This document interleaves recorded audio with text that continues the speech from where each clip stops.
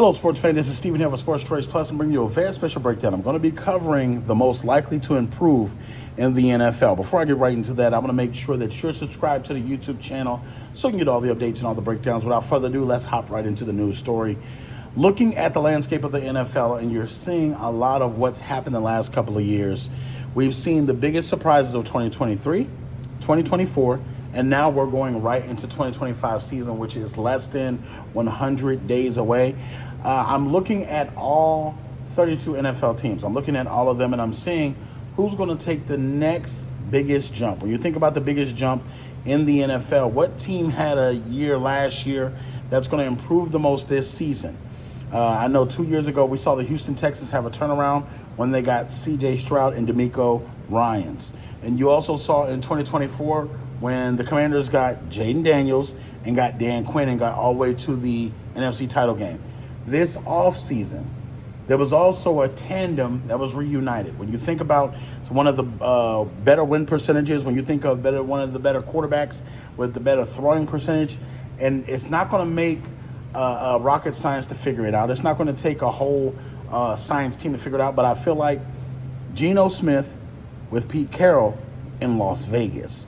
When you think about Vegas and what they've been doing to improve that offensive line, they've essentially gotten rid of Coach Antonio Pierce and Gardner Minshew and company, and they went out and got Geno Smith and Pete Carroll. When you think about the success they had in Seattle, when you think about Geno Smith, he will run through a wall for Pete Carroll. When you think about the success that he's had under Pete Carroll, he's loyal to Pete Carroll, and he wants to win for Pete Carroll.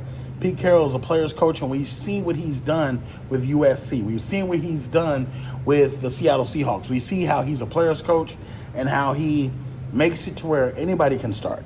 If you're good enough in practice, if you're actually showing it, you're going to start. So may the best man win when it comes to competition. May the best man win when it comes to actually making the actual roster as well. I think that feeds into enthusiasm. When you think about Chip Kelly's offense, the offense that's going to be ran for the Las Vegas Raiders, you're seeing Ashton Jeanty and you're also seeing Brock Bowers, the tight end. You're seeing the wide receiver position in the wide receiver room be transformed. You're seeing so many different things, and then the defense is actually being built. They're being built, and it starts with Max Crosby. When you think about the changes that they've made and how they're bringing in dynamos that are going to essentially start, that are going to have big positions in the defense, and how they're going to predicate these schemes to actually help them win games. I think the Las Vegas Raiders have an amazing chance to improve and be the biggest improved team in the NFL next season. It won't be by one win. It won't be by 2 wins. I think it's going to be by 4 or 5 wins.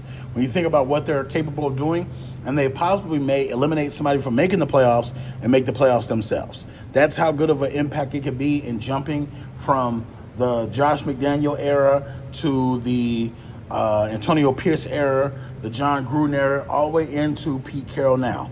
So when you think about overall what the Las Vegas Raiders can do, they're going to be making seismic waves next season. The only question is, where do they finish? So all you Las Vegas Raiders fans, all you NFL fans, get in the comment section below. Definitely tell me what you think about my prediction, and we will see you on the very next episode.